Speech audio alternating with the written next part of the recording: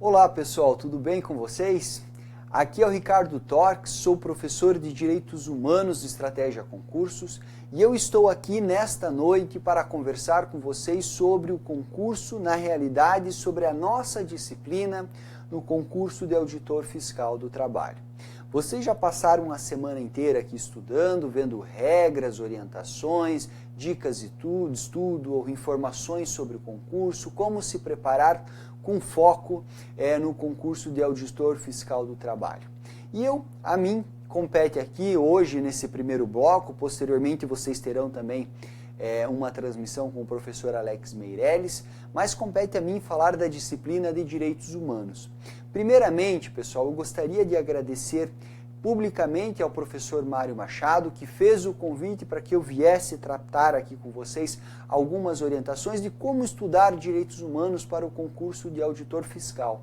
Nós vamos fazer essa transmissão focada na sua preparação para auditor fiscal do trabalho, certo? Será toda a nossa análise, todas as informações que eu trago aqui para vocês focado nesse concurso. Pois bem, agradeço primeiro ao professor Mário, foi um enorme prazer o convite. Infelizmente, pessoal, eu não estou transmitindo ao vivo. Essa aula foi gravada no próprio dia 9, no próprio dia que nós tínhamos programado, mas um pouco mais pela manhã. Eu tive um problema de força maior e para não deixar vocês na mão mesmo, nós fizemos essa gravação. Você deve observar também que eu estou ali no chat, estou deixando algumas mensagens, estamos conversando, qualquer dúvida que você tenha, eu vou deixar minhas redes aqui, você pode vir conversar comigo. Mas estou ali respondendo a eventuais dúvidas que vocês possam, eventualmente, vocês possam ter aqui sobre a nossa disciplina, ok? Feitos esses esclarecimentos, pessoal, eu gostaria de dizer o seguinte: Direitos Humanos para mim, uma disciplina que eu tenho muito apreço. E especialmente direitos humanos para auditor fiscal do trabalho. Primeiro, pessoal, eu comecei como professor de PDFs em 2013, justamente com a publicação do edital de auditor fiscal do trabalho para a AFT.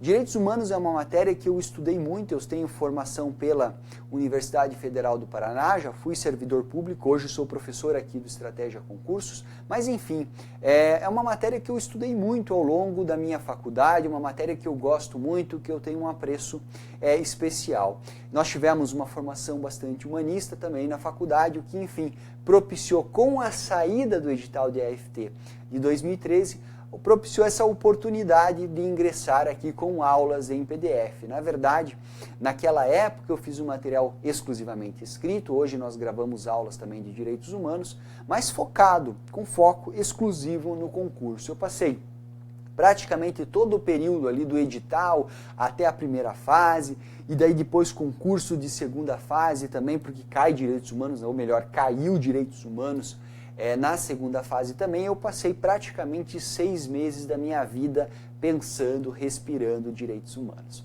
E é isso, pessoal. Esse material que eu desenvolvi lá em 2013, voltado para o concurso, eu venho desde então aprimorando, trazendo novas informações, efetuando atualizações. Agora nós estamos gravando videoaulas, inclusive, como você sabe, nós temos o curso extensivo com foco para o concurso de auditor fiscal do trabalho, tem um módulo específico lá com várias aulas de direitos humanos, certo? Mas enfim, hoje o que nós vamos fazer aqui é o seguinte, vejam aqui no slide, como estudar direitos humanos para o concurso de auditor fiscal do trabalho. Essa é a nossa pretensão aqui ao longo dessa noite no nosso primeiro bloco de transmissão da Semana Especial AFT. Perfeito. Pessoal, então nós vamos o seguinte, o que eu vou fazer primeiramente? Vamos dar uma analisada no histórico do concurso, vamos ver o que já foi cobrado de direitos humanos ou aquilo que está afeto à minha disciplina e, na verdade, depois nós vamos verificar como que você pode estudar de forma a tirar o máximo proveito aqui da disciplina para a sua prova. já vou desejar deixar o alerta, o seguinte, pessoal. Direitos humanos foi muito cobrado na prova de 2013. E você vai notar que a matéria ela surgiu bem pequena, lá no concurso de 2003. E ela veio crescendo ao longo do tempo.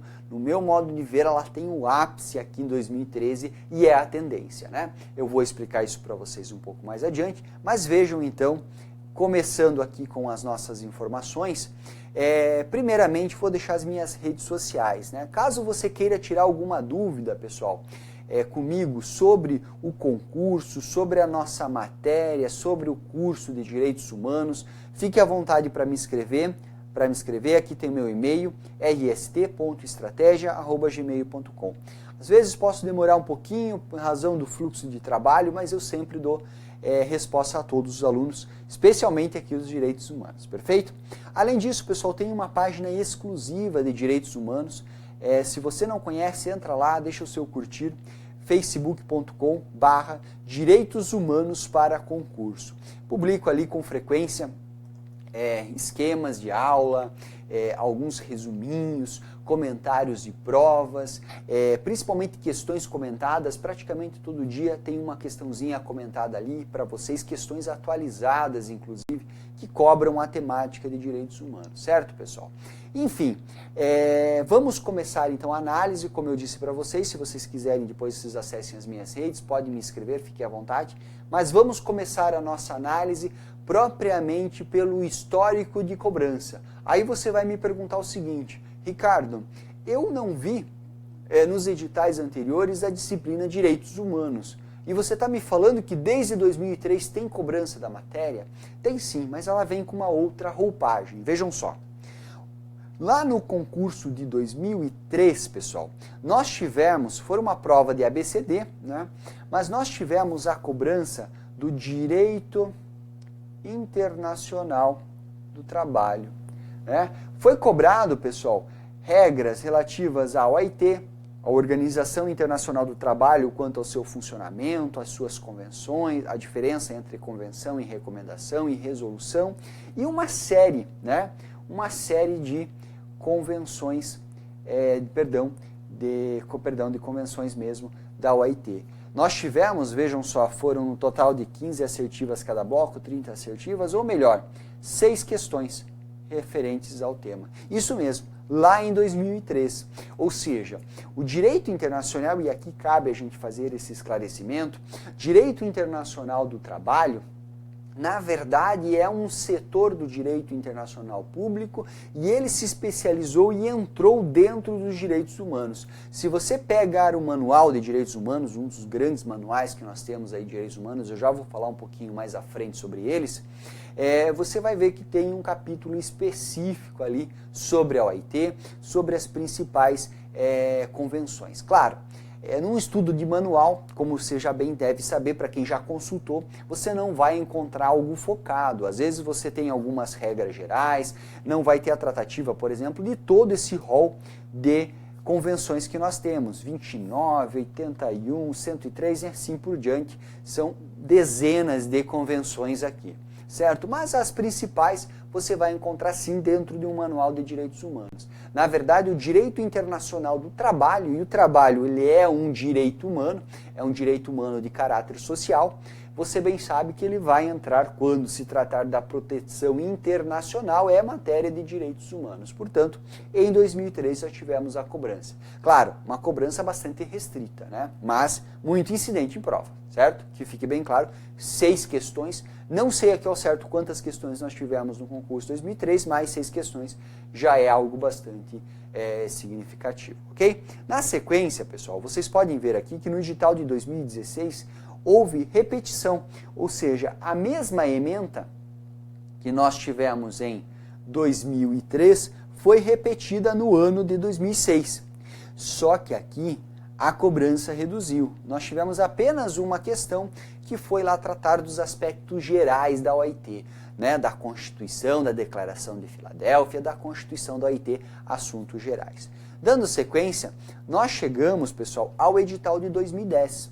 E notem, nós tínhamos uma cobrança bem restrita, mas presente. Em 2010, por assim dizer, a ementa cresceu. né? Vejam só, aqueles assuntos referentes ao OIT, né?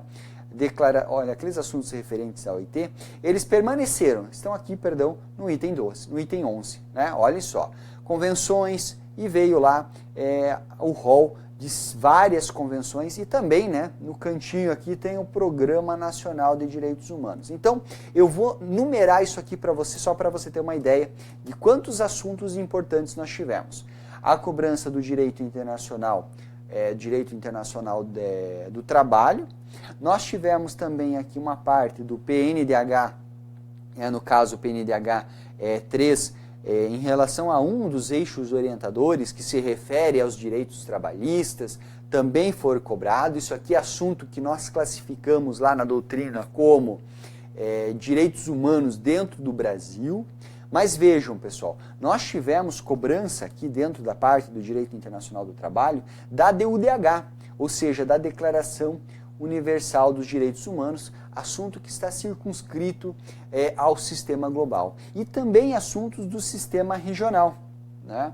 Abrangendo o Pacto de São José da Costa Rica, conhecida como Pacto de São José da Costa Rica, que é a Convenção Americana, que foi ali depois também do seu protocolo facultativo. Ou seja, vejam só, do direito internacional do trabalho com uma cobrança focada na OIT, nós evoluímos de 2003 e 2006 para já a cobrança de assuntos do sistema global, de assuntos de sistema regional e, claro, permaneceu aqui incidente a parte do direito internacional do trabalho. E dentro do Brasil, né, nós tivemos a cobrança do PNH3. Só que o seguinte, pessoal, o resultado não foi positivo em provas, né?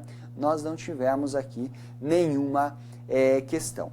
E só um esclarecimento adicional, né? Embora você não pode, numa preparação para um concurso do SCOL, que é um concurso de auditor fiscal do trabalho, você não pode ignorar nenhum ponto do edital, muito menos numa preparação de médio prazo, tal como essa que se põe aqui.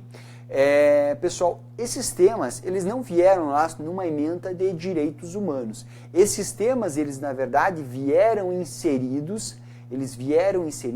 colocados dentro de direito do trabalho, né? Porque você vai avançar no estudo de direito do trabalho, as ementas de direito do trabalho são gigantescas, no meu modo de ver, e é óbvio isso, a principal matéria do concurso, mas nós tivemos ali a inclusão de alguns temas de direitos humanos também na ementa de direito do trabalho. Fato é que em 2010 isso não foi cobrado, né? 2010, pessoal, inclusive, é o concurso da minha esposa.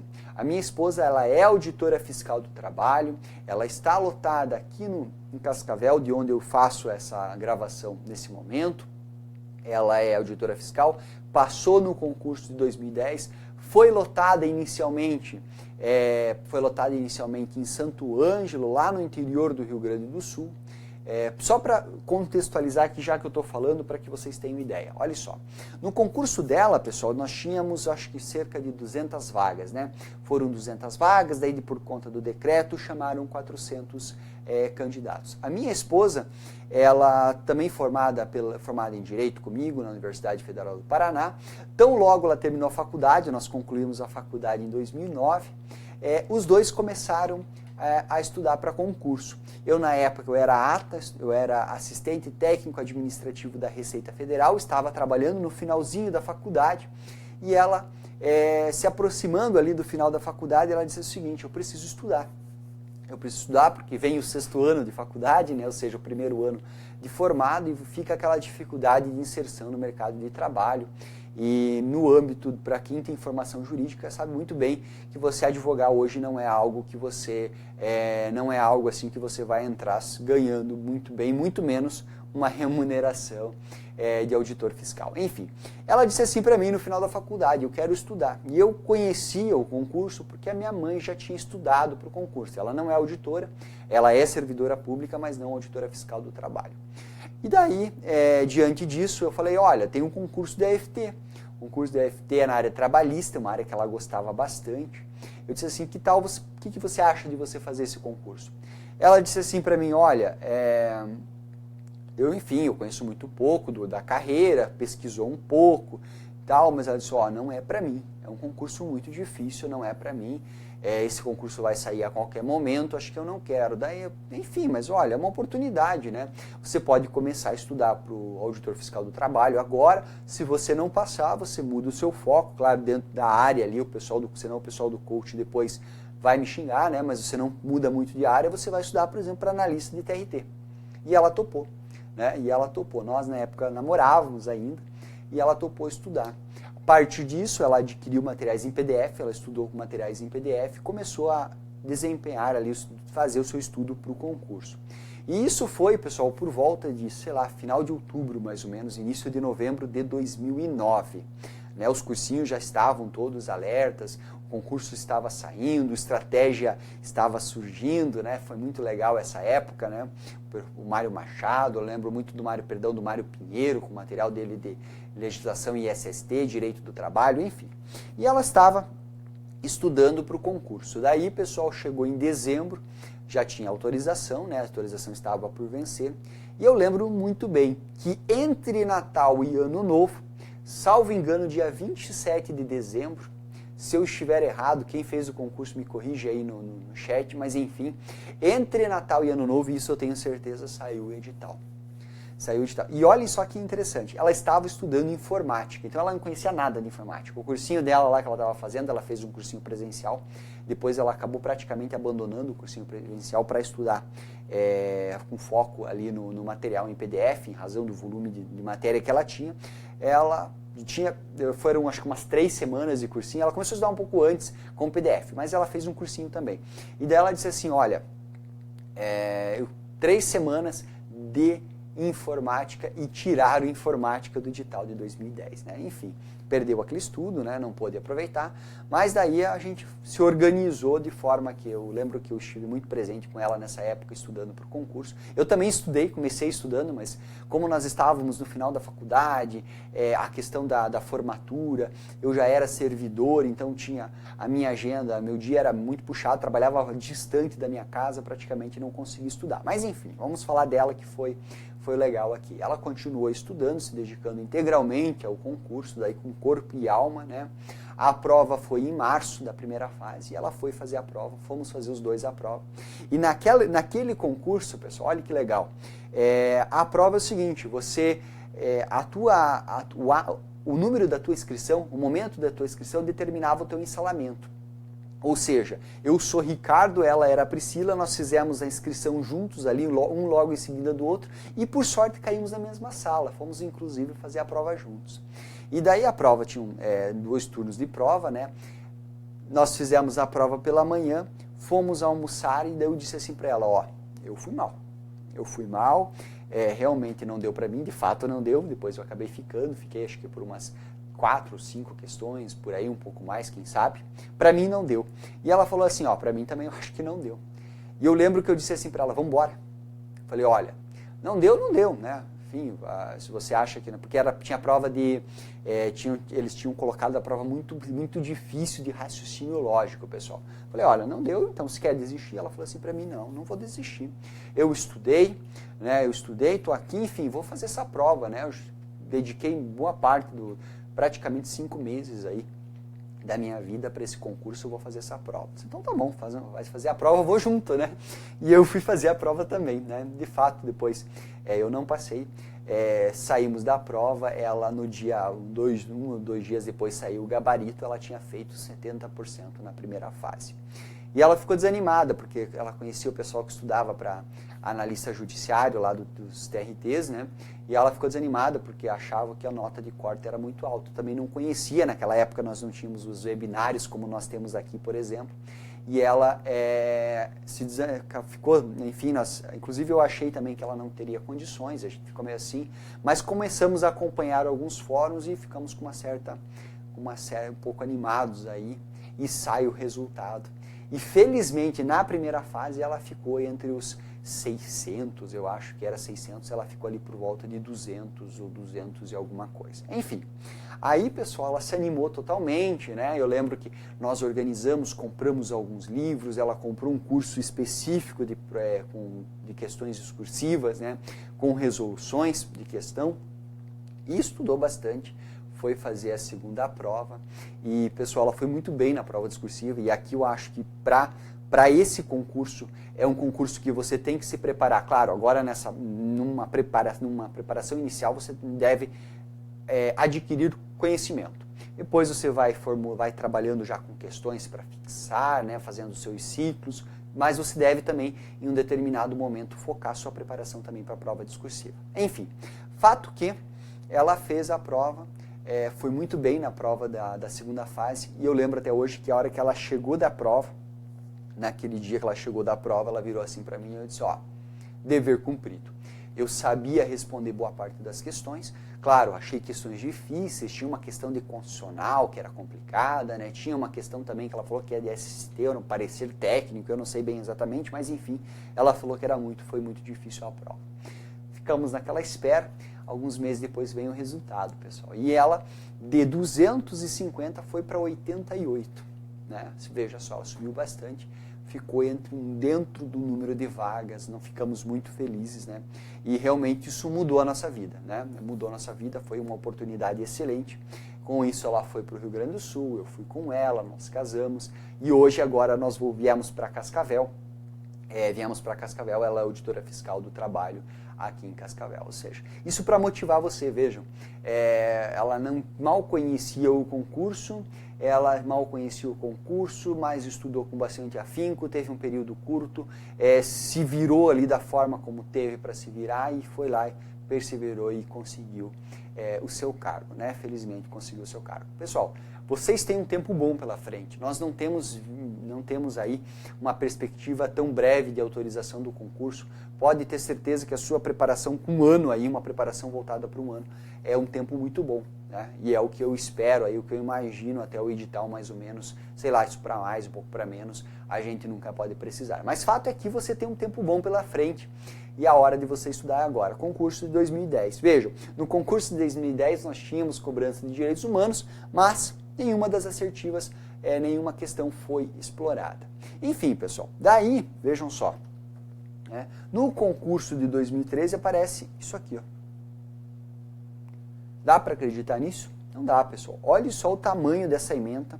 Tem 37 itens. Você não deve nem conseguir ler aí na sua tela, né? Não consegue nem ler isso aqui na sua tela, mas são direitos humanos aqui. Quando saiu o edital e eu fui preparar esse curso, eu também fiquei assustado. Qual que é a ideia? O que isso me transmitiu num primeiro momento? Entrou na P1, prova de 100 assertivas, não havia delimitação de quantas questões de direitos humanos seriam cobradas, e eu fiquei pensando, poxa, se eles fizerem uma ementa desse tamanho, vamos ter que fazer um curso enorme aqui, explorar o máximo, porque está com cara de que isso aqui vai ser muito cobrado. Né? E de fato foi.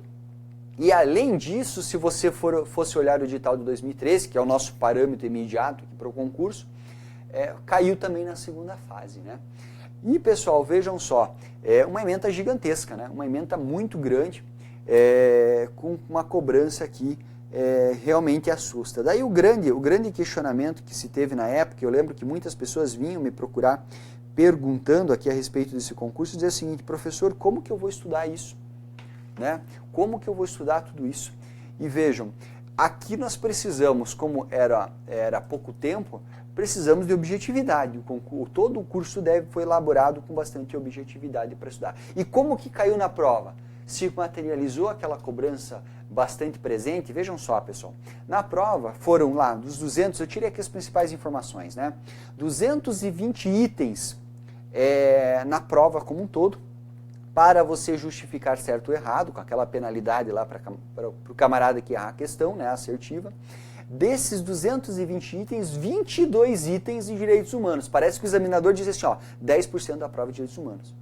E realmente, 10% da prova de todas as provas, né, foi sobre direitos humanos em 2013. Acho que em 2013 nós tivemos P1, né, P1 e P2, né, foram duas provas. Direitos humanos entrou na P1, né, e na P2 nós tivemos 100 itens aqui, e 120 itens aqui. Direitos humanos abrangeu ali a primeira parte. E vejam, portanto, pessoal, na P1 foram 22 dos 100 itens, junto com português, matéria importantíssima, né? O concurso realizado pelo CESP, matéria importantíssima. Raciocínio lógico, direitos humanos, a nossa disciplina, administração pública em geral, e informática retornou, né? Informática saiu em 2010 e retornou aqui em 2013. Notem, 22% da P1, e tinha uns mínimos percentuais para você fazer, era de direitos humanos. Ou seja, você não tem como hoje, por mais que haja a possibilidade de reduzir, vai passar seu CESP, vai passar a ser a ESAF, fazer a prova, direitos humanos vai vir mais enxuto. Tá, pode até ser, no meu modo de ver, que venha mais enxuto, mas certamente não, mas com grande probabilidade a disciplina vai continuar a ser bem cobrada. Tá? Então, muita atenção aqui, você deve considerar na sua preparação você deve considerar sim, se preparar com bastante afinco aqui para direitos humanos. Então você está dizendo, professor, que é melhor eu estudar só parte daquela ementa monstruosa? Eu acho que não. Acho que agora, para uma preparação pré-edital, deve estudar tudo. Porque é o seguinte, pessoal, concursos grandes, concursos concorridos, concursos com remuneração tal como o de auditor, tende, né, com absoluta certeza, pessoal, tende a cobrar bastante coisa, a trazer uma ementa grande, exigir bastante coisa dos candidatos. Acredito que direitos humanos vai se manter. E vejam, e como que foi? Você falou para mim, né, eu falei para vocês um pouco antes, que direitos humanos caiu na segunda fase. Como que foi a cobrança na segunda fase? Vejam só. A cobrança na segunda fase foi, antes disso, né, vamos tratar rapidamente aqui de como que foi a distribuição para a gente não perder a didática da análise. Vamos tratar primeiro vamos continuar ainda a falar da primeira fase. Das 22 assertivas que foram cobradas na prova, notem quão diluída foi a cobrança. Nós tivemos questão falando sobre OIT. Novamente, pessoal, OIT é fundamental para a prova, tá? OIT é assunto certo no concurso. Mesmo quando não se cobrava direitos humanos, mesmo quando vinha sobre a roupagem do direito internacional do trabalho, nós tínhamos cobrança da OIT. E olha, 22% da nossa prova, ou seja, 5 itens foram sobre o OIT. Trabalho forçado, nós tivemos também a cobrança de 4 itens, assunto que também foi bem explorado. Proteção da criança no trabalho, 3 itens. Chega ali perto dos 13%. Notem, Plano Nacional de Direitos Humanos, de novo, pessoal. Lá no edital de 2010, ele foi referido e não foi cobrado. E aqui veio. Olhem como digamos assim, a disciplina ela engorda, né? Por quê? Porque a IT era cobrada, permaneceu. PNDH era referido no edital, agora caiu. E além disso foram acrescidos outros assuntos, né? Proteção às pessoas portadoras de necessidades especiais, hoje já não se fala muito em portador de necessidades especiais, mas também foi um assunto que veio. PNDH, só para completar aqui, foi 9% da prova, né? 2 assertivas. Direitos humanos no Mercosul, para mim, isso aqui foi uma surpresa. Na verdade, inclusive no meu modo de ver, assunto que estava fora do edital, mas foi cobrado, porque o edital não especificava, professor falava em direitos humanos e Mercosul, sim, mas não especificava em detalhes essa parte, foi uma surpresa, foi uma cobrança, mas pessoal, isso é normal, é natural, compete a você saber jogar com a prova. E proteção aos direitos humanos dos trabalhadores migrantes, também 3 assertivas. Veja, o que você deve, olhando para esse esquema, você deve extrair? Você diz assim, então tá, professor, então eu vou focar no estudo de proteção dos migrantes, proteção da criança no trabalho. Sim, você deve focar. Mas o que você deve ler disso aqui é o seguinte: OIT, trabalho. Trabalho forçado, proteção da criança no trabalho. PNDH3, o eixo lá de proteção social no trabalho. Proteção às pessoas portadoras de necessidades especiais. Direitos humanos no Mercosul, proteção dos direitos dos migrantes, dos trabalhadores migrantes. Ou seja, vem cá de novo na tela. Vamos mudar de cor aqui a caneta, só para você perceber isso de uma forma mais clara. Trabalho, aqui, perspectiva do trabalho, trabalho, trabalho e trabalho. Certo? Se eu for somar, vejam só aqui já vai dar 14 itens. E aqui mais 3, nós temos 17 dos 22 itens estão afetos a atividade que vocês vão desempenhar futuramente. Ou seja, é um curso, é uma análise, é um estudo com foco totalmente diferente. Ele é voltado para a tua prova de direitos humanos, tua prova de direitos humanos, na verdade, ela é voltada para a atuação do auditor fiscal do trabalho. Inclusive, lá na ementa, você não vai conseguir enxergar, mas deixa eu só voltar aqui. Lá na ementa, nós temos aqui uma parte final dela, deixa eu ver se eu consigo localizar. Se você não conseguir, depois você vai dar uma olhada. É o item 36. Qualquer coisa, você abre minha aula 0 lá do meu curso, tem toda a ementa. Fala assim, pessoal. A auditoria fiscal do trabalho como agente de proteção e concretização dos direitos fundamentais dos trabalhadores. E daí ela explicita vários pontos. Vejam, a própria ementa já dá uma conotação, né? Ela já dá uma conotação de cobrança da disciplina de direitos humanos com um perfil trabalhista. Com um perfil trabalhista. Ela vai cobrar o IT, ela vai falar de trabalho forçado, criança no trabalho, vai falar dos migrantes no trabalho. E isso tem que ser o tom do seu estudo na sua preparação de direitos humanos. Isso aqui, na verdade, está o grande foco para quem estuda da forma correta, né, pessoal? Para quem estuda com foco, para quem está se dedicando para o concurso de forma integral. Ah, professor, eu estou estudando para auditor da Receita Federal, editor da Receita Federal, e eu vou estudar futuramente para a EFT. Devo me dedicar a direitos humanos? Eu entendo que sim. Por que eu entendo que sim? Não estou puxando a sardinha para você ir lá estudar pelo meu curso. Estou dizendo o seguinte, pessoal, se você pretende fazer o concurso, se você vai fazer o concurso, essa matéria é importante. Ela é 10% da prova toda, ela é 22% da prova da P1. Você não pode ignorar e vai cair na discursiva. Se nós mantivermos a mesma situação, se nós mantivermos a mesma situação da prova anterior, vai ser matéria que vai derrubar candidato ou que vai te colocar lá no número de vagas, certo? Mas fato é que no seu estudo, cuide disso. Estude com foco. Estude voltado a toda a sua preparação de direitos humanos com olhos na atuação do auditor fiscal do trabalho, naquilo que os direitos humanos têm relação direta ali com a matéria, certo? Então, vejam só, pessoal, isso aqui é muito relevante, eu acho que eu não podia deixar de referir isso aqui com bastante calma com vocês, porque realmente a cobrança foi bastante incidente, tá? Só reforçando, isso aqui é convenção, isso aqui é convenção, isso aqui é convenção, isso aqui é convenção. E aqui tem umas regrinhas também convencionais, né? Tem a convenção das pessoas, sobre o direito das crianças e também regras na CLT que foram cobradas e que foram tratadas, alguma coisa foi tratada aqui, certo?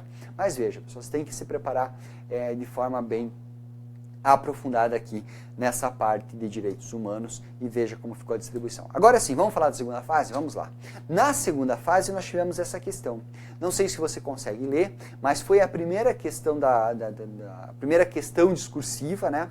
E ela falou exclusivamente de direitos humanos. Eu vou ler aqui para vocês só para você ter uma ideia. Discorra à luz da Convenção sobre a Eliminação de Todas as Formas de Discriminação contra a Mulher, nós conhecemos como CEDAW, né, que é a abreviatura em inglês, sobre as ações de combate à discriminação contra a mulher na esfera trabalhista. Olha só, primeira fase caiu direitos humanos com foco em direito do trabalho. Segunda fase, o que caiu? Direitos humanos com foco no direito do trabalho. Portanto, professor, vai cair direitos humanos na próxima prova? Muito provável. Se não vier direitos humanos, vem lá no direito do trabalho, vem alguma coisa. Mas deve vir especificado. E se vier, a cobrança vai ser com foco no direito do trabalho. Então fiquem atentos aqui, realmente isso aqui é muito paradigmático para a nossa preparação, né? E daí depois, veja, a questão dizia o seguinte, que você ia falar do objetivo da convenção, você iria falar sobre os direitos trabalhistas que devem ser assegurados às mulheres pelos Estados partes ali com vista a eliminar a discriminação, né? E também medidas que o Estado devem tomar a partir dessa convenção, né, com o intuito de impedir a discriminação contra a mulher em razão do casamento, maternidade, né? Ou também para assegurar a sua efetividade no direito do trabalho. Olha só que questãozinha legal, foi uma questão bastante complexa e para que você pudesse responder a essa questão, era fundamental que você tivesse estudado a proteção internacional à mulher dentro da ONU, né, e principalmente conhecer a CEDAW. Ler ali bem, interpretar os seus dispositivos. E daí você já pode dizer o seguinte, professor, eu já tive a curiosidade de selecionar essas convenções. Eu sei que no sistema global nós temos 7, 8, 10 convenções. Eu sei que no sistema regional também mais um tanto aí de 7 ou 10 convenções. E ainda tem convenção dentro do Mercosul. Eu tenho que estudar tudo isso? Eu diria o seguinte, não precisa estudar tudo, mas você deve saber pensar dentro dessas convenções aquilo que é mais relevante. Principalmente a parte inicial dessas convenções, e dentro do nosso curso a gente faz justamente isso. Eu busco sintetizar, né? Busco sintetizar ali os principais dispositivos, as principais informações de cada uma das convenções. Por quê? E eu volto a frisar das convenções por um motivo muito simples, né? Só mudando de cor aqui para facilitar a visualização de vocês. Veja, Convenção sobre eliminação de todas as formas. Daí, como eu falei para vocês, aqui a convenção.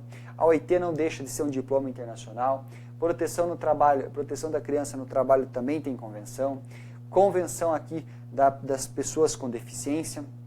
Direitos humanos no Mercosul são tratados internacionais. Aqui nós temos convenção sobre trabalhadores migrantes. Ou seja, você tem que explorar essas convenções, você tem que saber muito bem. É isso. E pessoal, aqui é o seguinte, foi algo, como eu disse para vocês, eu dediquei boa parte do meu trabalho ali no segundo semestre de 2012, 2013 foi a prova, isso. Segundo semestre de 2012 e boa parte ali do primeiro trimestre de 2013 para esse concurso, né? Na época eu lancei um curso de primeira fase de Direitos Humanos e lancei também na sequência um curso de segunda fase. E nesse curso de segunda fase, com correção individual de questões discursivas, nós exploramos justamente em uma das nossas propostas de aula. Eu fiz um curso mais ou menos o seguinte, nós colocávamos questões discursivas, modelos de questões discursivas, e depois apresentava o conteúdo teórico pertinente, colocávamos ali digamos assim, um roteirinho que você deveria seguir para responder a questão de forma completa, inclusive sugestão de correções. E ainda corrigíamos as questões discursivas dos nossos alunos. E vejam só, pessoal, e aqui eu trouxe para vocês, só para vocês verem mesmo, uma questão, isso aqui é um print screen da tela, não está com uma qualidade legal, mas acredito que vocês vão poder, compreender aqui, ver mais ou menos como que foi. Vejam só, primeira proposta de questão, veja, era uma proposta, olha aqui, uma proposta de questão do curso. No que tange à proteção internacional dos direitos humanos das mulheres, a ONU editou a Convenção sobre a Eliminação de todas as formas de discriminação contra a mulher. Olha só, pessoal, é a nossa CEDAW, né, que foi cobrada ali na prova, né, cujo objetivo principal, né, é garantir a igualdade material entre homens e mulheres ao estabelecer um rol protetivo mínimo e determinar a implementação de políticas compensatórias. Olha, na verdade já trouxe até no enunciado, já falamos até um pouco do objetivo da convenção que foi cobrado lá na sua prova, certo? Ante o exposto, abordem no máximo 20 linhas os direitos trabalhistas previstos na referida convenção. Fiquei muito feliz, pessoal, porque vários dos nossos alunos tiveram um excelente desempenho nessa questão, porque na verdade, com uma roupagem, com uma redação um pouco diferente do que o CESP fez, né, nós abordamos diretamente isso na aula. Por quê, pessoal? Professor, você tinha alguma informação privilegiada? Não. O que nós analisamos? Nós vimos essas provas anteriores, nós vimos ali a configuração da ementa e a partir disso tudo leva a crer o seguinte, tudo dava a entender o seguinte, que a cobrança de direitos humanos seria uma cobrança de direitos humanos do trabalho. E dito e feito, veio, ainda mais depois da prova de primeira fase que nós tivemos, com um grande enfoque em convenções, não seria surpresa se a prova viesse cobrando convenções. Tanto é que veio e felizmente nós tivemos aqui não a sorte, né, mas ficamos muito felizes que isso pôde ajudar os nossos alunos, certo? Mas enfim, como eu disse para vocês, a cobrança de direitos humanos ela é muito focada mesmo na preparação das convenções e com foco na preparação do direito do trabalho, na atuação do servidor auditor, certo? Seguinte, pessoal, então eu expliquei aqui para vocês a prova, demonstrei qual é a evolução que nós temos de direitos humanos aqui ao longo dos concursos anteriores de auditor fiscal do trabalho. E agora vamos falar aqui, ó, vem cá comigo, perdão, deixa eu só voltar para a minha tela aqui, beleza, agora lá, como estudar direitos humanos, né? Como estudar direitos humanos. E eu separei alguns pontos que eu gostaria de falar para você, gostaria de trocar uma ideia contigo aqui, espero que isso possa realmente lhe ajudar. Vejam só, primeira coisa, pessoal, ênfase aos tratados internacionais de direitos humanos. Já falei disso, né? Mas você tem que estudar lá os tratados internacionais do sistema global, né? Do sistema global, que envolve, pessoal, deixa eu mudar de cor, só para a gente não confundir aqui, mas envolve a DUDH, que é o principal diploma. Daí nós temos o Pacto Internacional dos Direitos, PIDCP, perdão, Pacto Internacional dos Direitos Civis e Políticos. Daí nós temos o PIDSEC, que é o Pacto Internacional dos Direitos Sociais, Econômicos e Culturais. Esses são só os principais. E daí nós temos dezenas de convenções específicas. Tem que estudar, tá? Aí você vai também, pessoal, para o sistema global. Para o sistema regional, né? Sistema regional. E aqui no sistema regional nós temos aí um grande destaque para o Pacto de São José, o Protocolo de San Salvador, enfim, além de uma série de convenções específicas também que eu entendo que você tem que estudar, que você deve dar uma olhada ali. Só lembrando que o sistema regional, ele está centrado na OEA, na Organização dos Estados Americanos, e o sistema global na ONU, certo? Além disso, pessoal, dentro da ONU, nós temos uma área específica que é a OIT. A OIT é a Organização Internacional do Trabalho. Só para esclarecer para você aqui o seguinte, a OIT, ela é hoje um setor, é um órgão dentro da ONU, mas a OIT ela surge antes mesmo da ONU. Para quem estuda lá em Direitos Humanos conosco, nós falamos, na verdade, da proteção internacional dos direitos humanos, de alguns precedentes históricos. E um dos precedentes históricos do surgimento da ONU é a criação da OIT. A OIT, na verdade, ela é resultado de um movimento marxista, de um movimento comunista ali pela luta dos direitos dos trabalhadores, né? O comunismo ele não deu certo, o comunismo não rendeu frutos, né? É um sistema que não funciona, mas o seguinte, pessoal, ele teve ali a grande vantagem de dar força ao direito do trabalho. Em grande medida, o direito do trabalho é hoje disciplina que é autônoma, independente, e ela é com todos esses seus conceitários, porque nós tivemos essa grande força. Fato é o seguinte, que surge a OIT como um precedente, depois surge a ONU, e a ONU acaba englobando a OIT dentro dela mesma. Mas as convenções da OIT são fundamentais para a sua prova, ok? Além disso, vou estudar, então, tratados, vou estudar as convenções. Legal. Vou estudar também provas anteriores. E aqui, pessoal, não limite o seu estudo à prova de 2013. São 22 assertivas, eu tratei delas ali, mas você tem que estudar as questões de 2015, você tem que fazer as questões de 2016, as questões de 2017 que surgirem tem que fazer, é importantíssimo. Pessoal, DPS, um repertório de questões enorme em direitos humanos. Ah, professor, eu não vou ser defensor público. Não vai. Não vai, mas também vai ter cobrança de questões lá que não guardam muita correlação com aquilo que pode aparecer na tua prova, mas tem questões sim que são muito importantes. E daí vai ter questão de magistratura, algumas questões para procurador, né, promotor, por exemplo, o pessoal membro do MP também acaba cobrando. E daí, pessoal, cuidem, questão de delegado, questão de polícia. envolve direitos humanos, o que você tem que fazer? Você tem que fazer uma cisão, tirar fora aquelas questões que envolvem lá a área policial, a proteção dos direitos humanos do preso, deixa de fora, deixa de lado aquilo.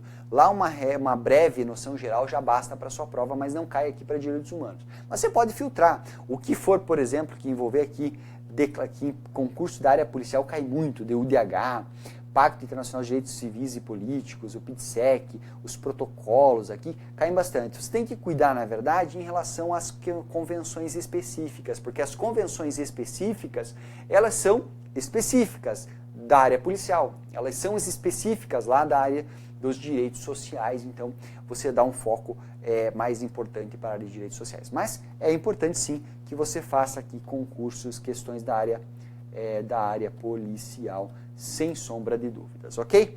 E ó, não limite, né? Professor, eu vou estudar só questões da ESAF porque lá no meu íntimo eu tenho quase certeza que vai ser a ESAF de novo. Cuidado, não vai se quebrar, né? Primeiro que você não vai achar questões de direitos humanos da ESAF. Você vai encontrar alguma outra questão de direito internacional do trabalho dentro da ESAF, mas parou por aí. Segundo, você não sabe qual que é a banca. Para quem está assistindo nesse momento, nós não fazemos mínima ideia de qual banca, oficialmente, qual banca pode ser. Há uma série de especulações, então você não pode limitar a sua preparação agora em relação a isso. Ah, eu vou fazer questões do CESP, legal. Vou fazer questões da FCC. Ah, questões da FCC tem um padrão diferente, não importa. Nesse estudo agora, essas questões servem para revisar a matéria, servem para consolidar o conteúdo, servem para fixação. Você não vai escolher banca. Depois, se for possível, você vai escolher banca lá no edital. Tá? E em direitos humanos já vou te adiantar que não tem muito como escolher banca porque o repertório de questões específicas é muito pequeno, certo? Então, treinar todas as bancas, acho isso fundamental. Acredito que o pessoal nas transmissões anteriores, principalmente o pessoal do coaching, falou intensamente sobre a necessidade, sobre a importância de você fazer provas, treinar questões anteriores, ok? Pessoal, aqui, cuidado.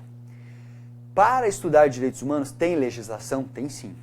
Ah, professor, mas não tem só as convenções internacionais? Tá. As convenções internacionais já são legislação para o nosso ordenamento, elas passam por um procedimento de internalização.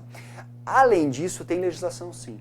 Tem decretos que são cobrados, que vão, por exemplo, tratar lá do PNDH, PNDH 3, Comissão da Verdade, enfim, Comitê de Direitos Humanos, tudo isso pode ser cobrado e são decretos, são atos normativos, é a legislação.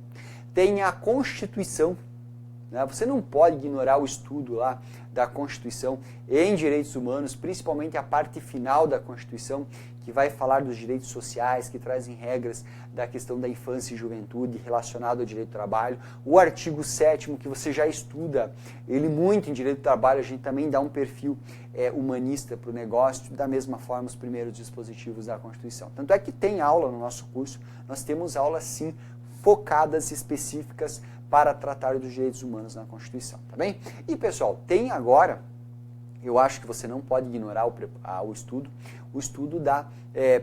do Estatuto da Pessoa com Deficiência. Estatuto da Pessoa com Deficiência, norma de setembro de 2015, portanto é posterior ao edital de 2013, sem dúvida que vai estar presente na tua prova. Você tem que estudar essa lei. Por quê? Primeiro, proteção de direitos humanos e segundo, porque tem direito fundamental ao trabalho, tem regra de acessibilidade no trabalho, é assunto que tem toda a cara de cobrança de direitos humanos. Até mesmo porque é o seguinte, como a minha esposa ela é auditora, eu acabo conhecendo vários auditores. Vejam só, pessoal, tem o pessoal que trabalha, por exemplo, trabalha em construção civil, então você tem muito contato com normas de acessibilidade, você tem contato com aquelas questões de construção com desenho universal, todos os assuntos que estão lá previstos e vão ser cobrados, ouso dizer que vão ser cobrados na tua prova vindoura de direitos humanos. Então, veja, tem legislação sim para se estudar aqui em direitos humanos. Mas o seguinte, pessoal, direitos humanos é uma disciplina eminentemente propedêutica, teórica, né? Bastante teórica. Então, você tem que estudar também a teoria. Eu tenho no nosso curso lá, são acho que 2 ou 3 aulas propedêuticas, né?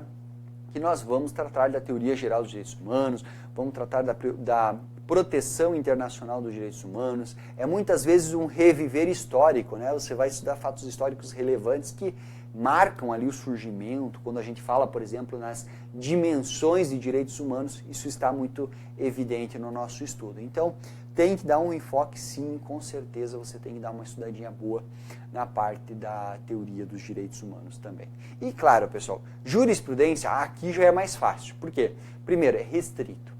A jurisprudência de direitos humanos interna é pequena. Tem um ou outro julgado do STF que é importante. Tem algum outro julgado também do TST que acaba abrangendo alguma coisa relevante.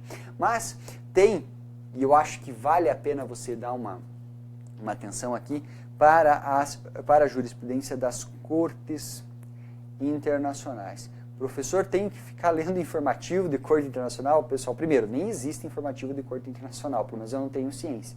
Né? Não precisa.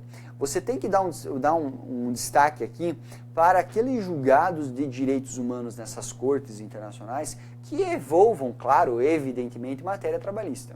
Nós temos uns 2 ou 3 e eles constam lá do nosso material, então fiquem atentos aqui a essa jurisprudência internacional aqui que pode ser cobrado.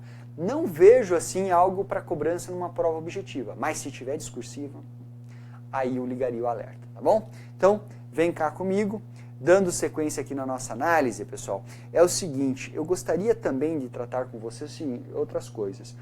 Como eu disse, a prova anterior, ela foi falamos das questões, né? A prova anterior, ela foi no ano de 2013.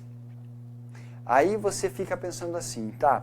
Em 2013 nós tivemos cobrança de várias convenções, Convenção sobre o Direito das Crianças, Convenção sobre os Trabalhadores Migrantes, Trabalho Forçado. Professor, você acha que eu posso identificar alguma tendência de cobrança para essa prova? Tá, eu acho muito difícil a gente falar disso, porque assim, se for uma prova feita pela FCC, você vai ter alguns casinhos práticos, eu acho pouco provável que seja a FCC. Você vai ter alguns casinhos práticos, você vai ter ali algumas questões contextualizadas, mas muita cobrança literal, ainda que bem imbricado, e a FCC tem ficado especialista em questões muito bem elaboradas, não é mais a Fundação Copia e Cola, como nós conhecíamos antigamente, né? Na verdade, no meu modo de ver, o ano ali de 2013 para cá é uma quebra de paradigma na FCC. 2012, 13, na verdade até 12 e 13 ainda tem questõezinhas ruins, mas a partir de 14 para cá há uma ruptura de paradigma e a FCC progrediu bastante. Daí é o seguinte, tá, tira a FCC. ESAF, questões complexas. Questões complexas que vão abordar aí assuntos bem difíceis.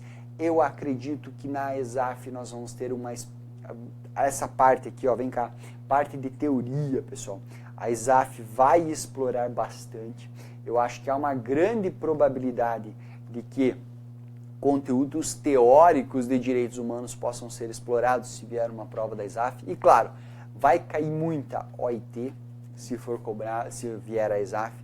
Vai cair muita convenção da OIT, então essa é a minha opinião aqui em relação à ESAF. Se vier o CESP, aí você tem que pensar o seguinte, claro, isso também vale para as demais, mas especialmente para o CESP, contextualização. As questões vão cobrar coisas novas, vão cobrar assuntos atualizados, né?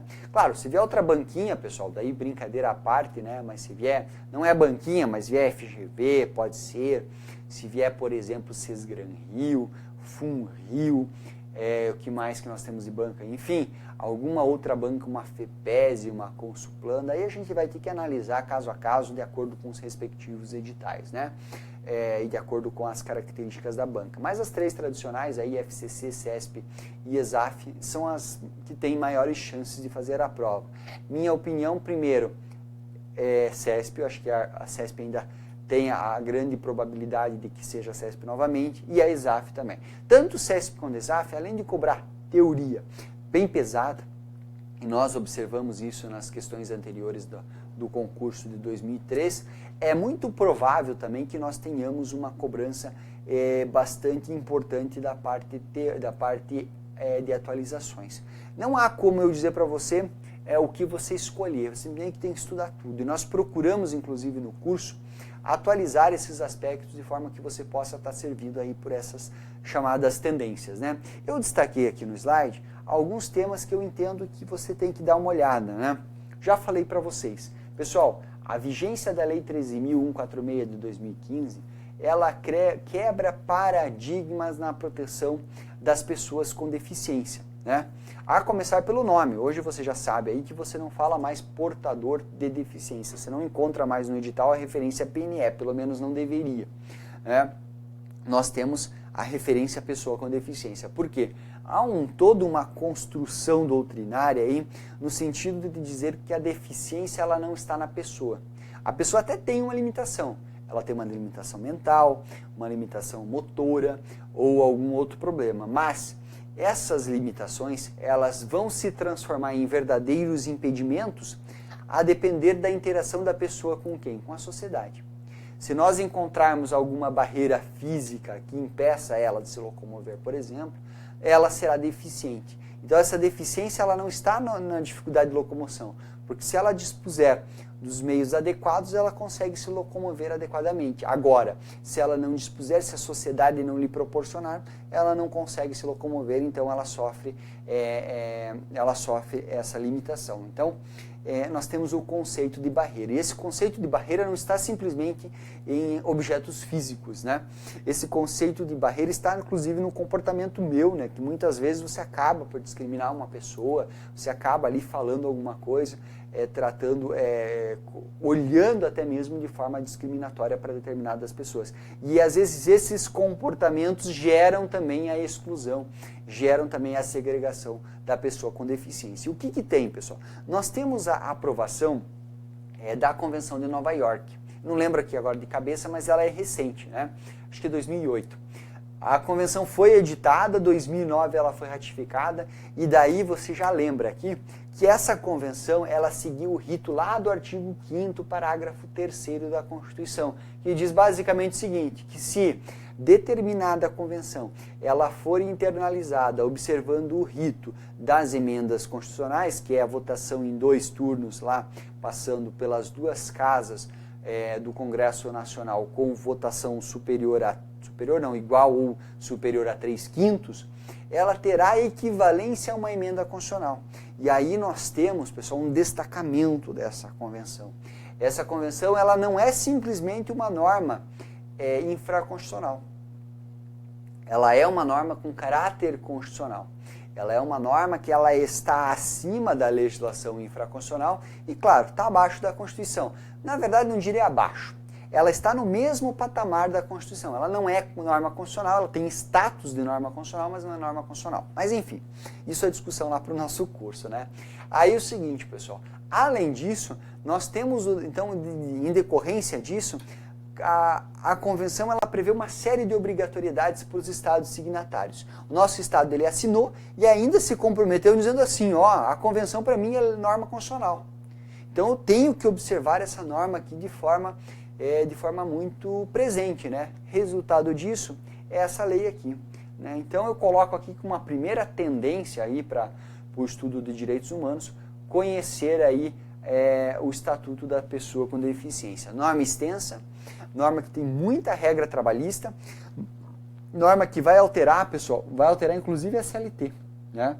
Você que estuda a CLT, ela sabe que tem normas que são alteradas na CLT que estão aqui. Então, fiquem atentos a essa lei.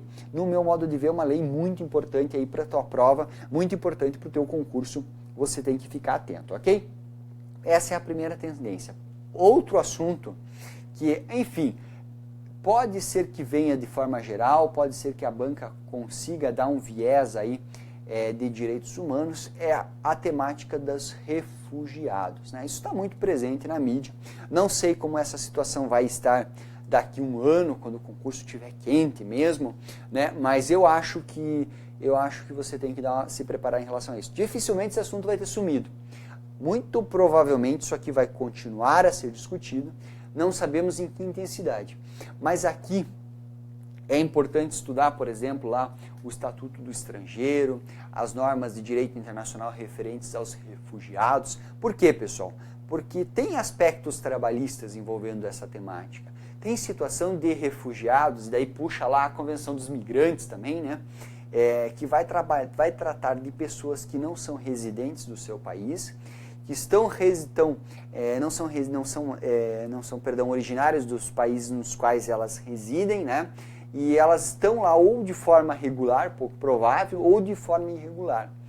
E aí eu pergunto para você, elas merecem proteção dos seus direitos trabalhistas? Se você pensar com foco em direitos humanos, você vai dizer assim, absolutamente sim. Por quê? Por que você vai dizer sim? Porque, na verdade, é um direito humano. É um direito que guarda a superioridade em relação aos demais direitos. Eu sei que há direitos econômicos do Estado, eu sei que existem outros interesses por trás, inclusive de proteção aos seus nacionais, né, que é uma regra importante, é um direito relevante, mas, pessoal, é direito humano. Trabalhar e você ter o que comer é um direito humano fundamental. Portanto, é o seguinte, qual que é o viés internacional que se dá em relação a essa matéria? Sem entrar na discussão política, tá? Tanto os refugiados que estão que são regulares, que se regularizaram, que ingressaram de forma regular, como aqueles que ingressaram de forma irregular estão totalmente à margem da legislação local, eles merecem proteção aos seus direitos de trabalho. Seu direito de trabalho não pode ser submetido à condição análoga de escravo, não podem ser submetidos a regime precário de trabalho. Então todas essas regras devem ser observadas. E aí eu vejo margem para uma cobrança, por exemplo, numa questão discursiva, muito boa. Né? Muito boa. Pode ter certeza que quando nós lançarmos o nosso curso de discursivas aqui em relação a direitos humanos, se eu estiver no curso trabalhando com vocês, certamente esse é um assunto que nós temos que explorar sim na nossa prova. É uma temática que nós temos que dar aqui especial atenção a essa questão dos refugiados e a relação do trabalho e a relação com o direito do trabalho, ok? Portanto, é um assunto a se pensar aqui. É muito uma tendência evidente para a nossa prova, tá bom? Pessoal, outra coisa, situação jurídica do preso, né? Situação jurídica do preso, proteção internacional aos encarcerados, que envolve aqui muito da questão da crise prisional no direito brasileiro. Ah, professor, você falou que eu não precisava me preocupar com assuntos voltados aí da esfera policial. Vou começar a ler as convenções penais? Não, não vai. Você vai estudar isso aqui com um enfoque no direito do trabalho. Mas como? Trabalho na cadeia. Conversão de pena, conversão de dia trabalhado, redução da pena por dia trabalhado. Veja, é uma temática, tem disciplina sobre isso? Tem disciplina sobre isso. Tem inclusive uma série de parâmetros para que a pessoa possa ser submetida ao trabalho, se ela pode ser forçada, se ela não pode. Ah, tem convenção que diz que não pode, mas você pode excepcionar a convenção. Veja, é uma outra faceta que está muito presente na nossa mídia, que está muito presente no dia a dia nosso, mas e que por conta disso, ela pode reverberar na sua prova. E daí o examinador, na hora de olhar para a questão, ele vai dizer o seguinte, poxa, direitos humanos das pessoas que estão encarceradas, né? Tá, como que eu vou relacionar isso com o trabalho? Ele vai pensar assim, não dá para relacionar isso com relação ao trabalho, ao exercício de atividades laborativas. E veja, a atividade laborativa pode ser inclusive vista como um instrumento de ressocialização, né? Essa palavra é uma palavra complicada, mas é um instrumento de ressocialização, portanto, é evidente que esse terceiro item que eu trouxe aqui para vocês é muito importante para a nossa prova. Tá, destaquei aqui uma lei que ela é legal, pessoal, ela é uma lei bacana porque ela trata da revista íntima, né? Revista íntima ali envolve aquela situação do trabalhador de ser revistado, de você vasculhar a bolsa de uma trabalhadora na saída do trabalho. Como que fica isso, né? Como que nós vamos discutir isso à luz do direito do trabalho? Nós temos uma lei recente, né? A Lei 13.271, que trata sobre essa temática. Eu acho que é um assunto que é importante ficar de olho, né? Não dá para desgrudar dele aqui, é importante se dar uma olhadinha. É uma leizinha bem curta, mas é um tema que você tem que olhar. Ah, eu não vou olhar ele com vistas no entendimento do TST a respeito dessa revista íntima, da possibilidade, da legalidade. Não, você vai levar em consideração isso também, mas tem que explorar aqui o viés de direitos humanos a respeito disso. O que pensam as convenções internacionais? Na verdade, pessoal, acho que não tem, né? Falando aqui com vocês agora, não me recordo existir alguma norma que trate especificamente sobre isso. Mas é importante que a gente fique de olho, principalmente no julgamento de assuntos que possam ser tratados no TST, ou também no STF que envolvam aí essa questão da revista íntima, até que ponto ela pode ser exercida, quais são os parâmetros que devem ser observados. A lei estabelece algumas regras nesse sentido, então eu acho que isso é um assunto que pode ser explorado na sua prova dentro de direitos humanos, tá? Claro que tem todo o estudo que você faz lá em direito do trabalho a respeito desse tema, tá? Pessoal, sequestro internacional, desculpe aqui pelo errinho, internacional de crianças, assunto que eu acho que você também dá para dar uma olhadinha, principalmente pela submissão dessas crianças a trabalho análogo à condição de escravo, né? A você levar a criança para fora das divisas do Estado e submetê-la às condições exploratórias de trabalho. Então, acho que é um assunto também que nós podemos dar aqui uma atenção. Criminalização da contratação de serviços sexuais, a prostituição, né, pessoal? Eu acho que passa aqui, na verdade, não apenas pela contratação do serviço, mas também envolvendo aqui, né, esse é um projeto de lei super polêmico que nós temos tramitando, mas também, pessoal, a questão do trabalho, né? Eu acho que é trabalho proibido, é trabalho ilícito, você estuda isso lá depois no direito do trabalho, eu confesso que eu nem lembro mais se ele é um ou outro, mas você tem que estudar isso em direito do trabalho, e aqui a gente pode dar uma conotação importante, uma análise legal dentro da esfera de direitos humanos, ok? Vem cá comigo. E definição dos crimes ligados à discriminação e preconceito, isso aqui também eu acho que é um assunto que ainda vai crescer muito dentro do nosso direito brasileiro, logo você vai dar uma olhadinha aqui. Ok, pessoal? Vejam, o que nós procuramos fazer até agora? Nós procuramos elencar aqui, primeiro, ver o histórico de cobrança, olhamos ali para as provas anteriores, vimos qual que é a tendência, né? Vimos que houve ali um crescimento, né? Direitos humanos começa pequenininho, vai crescendo, pum, chega em 2013 aquela ementa monstruosa. Aí eu digo o seguinte, professor, tá, eu até entendo, uma matéria, né, passamos por isso e agora falamos aqui como estudar direitos humanos. Daí você vai me perguntar assim, professor, eu até entendo que é uma matéria legal, eu entendo que é uma matéria importante, mas eu tenho muita dificuldade de estudar, tenho muita dificuldade mesmo de estudar direitos humanos. O que eu digo para você? Não estude direitos humanos como você estuda direito do trabalho. Não estude direitos humanos como você estuda direito constitucional. Que você por exemplo, acho que um exemplo bem legal aqui para dar para vocês. Já aconteceu muito comigo no meu fórum. Os alunos vêm lá me perguntar o seguinte, professor, o senhor disse na sua aula, bem assim, o senhor disse na sua aula que a vedação à escravidão e a vedação à tortura são direitos humanos absolutos. Como que pode isso? Se eu estudo lá com o professor Ricardo Vale e com a Nádia Carolina que não existe direito humano absoluto, muito menos o direito humano, inclusive o direito humano à vida pode ser flexibilizado, então não dá para dizer que vedação à tortura ou vedação à submissão à escravidão são direitos humanos absolutos. E aí eu sinto, pessoal, que é um grande pega aqui para quem estuda direitos humanos, é isso. E o cara vem dizer assim, professor, você tem que atualizar esse teu material, né? Qual que é a ideia aqui, pessoal? Veja, realmente, se você lá não está errado o Ricardo Vale dizer aquilo para vocês, ou a Nádia Carolina falar aquilo para vocês, está perfeito, está corretíssimo. Nós não temos direitos fundamentais absolutos, inclusive o direito à vida pode ser flexibilizado em situações excepcionais de guerra. Perfeito.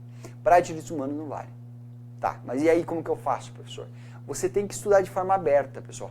É um assunto doutrinário. Por quê? Nós temos um sujeitinho lá chamado Bobbio, que ele veio dizer o seguinte, que os direitos humanos eles são importantes, todos eles visam a resguardar a liberdade e a dignidade, principalmente a dignidade da pessoa. Certo? Certo.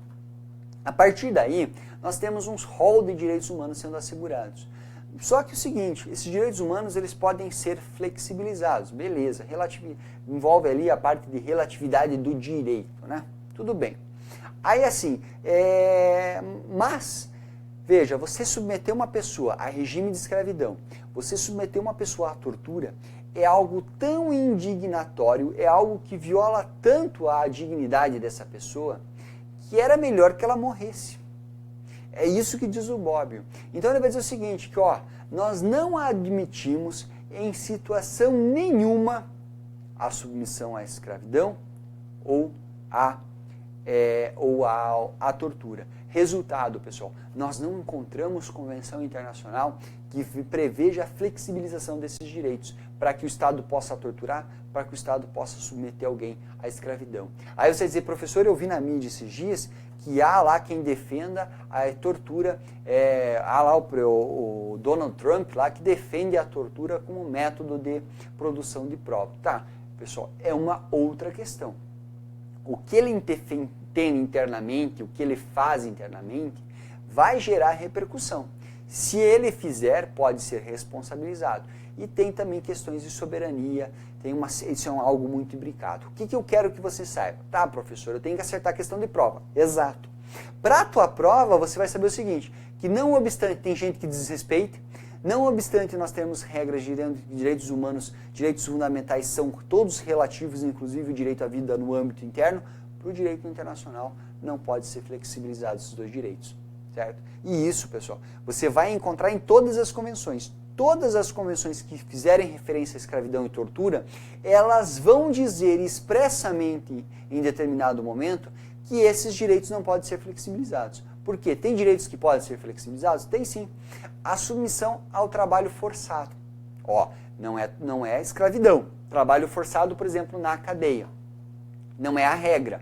Mas as convenções dizem o seguinte, que o Estado que eventualmente já adote essa política de submissão obrigatória do seu preso a regime de trabalho, independentemente de remir ou não pena, certo? Independentemente disso, poderá ser tolerado. Se o Estado se manifestar no sentido de que ele quer continuar a adotar essa prática, poderá ser tolerado. Mas a partir de hoje, quem não adotou, não adota mais. E quem adotar deve se comprometer a, de acordo com as suas possibilidades e legislação interna, a suprimir. Perfeito? Perfeito. Então você veja, há direitos humanos que podem ser flexibilizados, tortura e escravidão não. Portanto, pessoal, por que eu digo que é diferente do direito constitucional, é diferente do direito do trabalho? Porque as regras elas não podem ser analisadas de forma fechada. Você tem que analisar o direito humano, os direitos humanos de uma forma teórica, de uma forma voltada para a análise dos pensadores. Tanto é que nos cursos nossos lá de direitos humanos, o que eu faço? Eu trago citação de doutrinadores. Né? Eu vou falar da Flávia Piovesan, vou falar do Augusto Cansado Trindade, vou falar do André de Carvalho Ramos, vou falar dos doutrinadores de direitos humanos. Inclusive, né, professor, quero ler uma doutrina. Eu entendo que você não deve. Se você tem o nosso material, eu já sintetizo as principais doutrinas de direitos humanos de prova. Todo ano eu compro livros e vou analisando, vou vendo ali o que pode ser importante e vou trazendo para o material, né, fazendo um filtro ali da doutrina. Por quê? O que eu disse para vocês no início?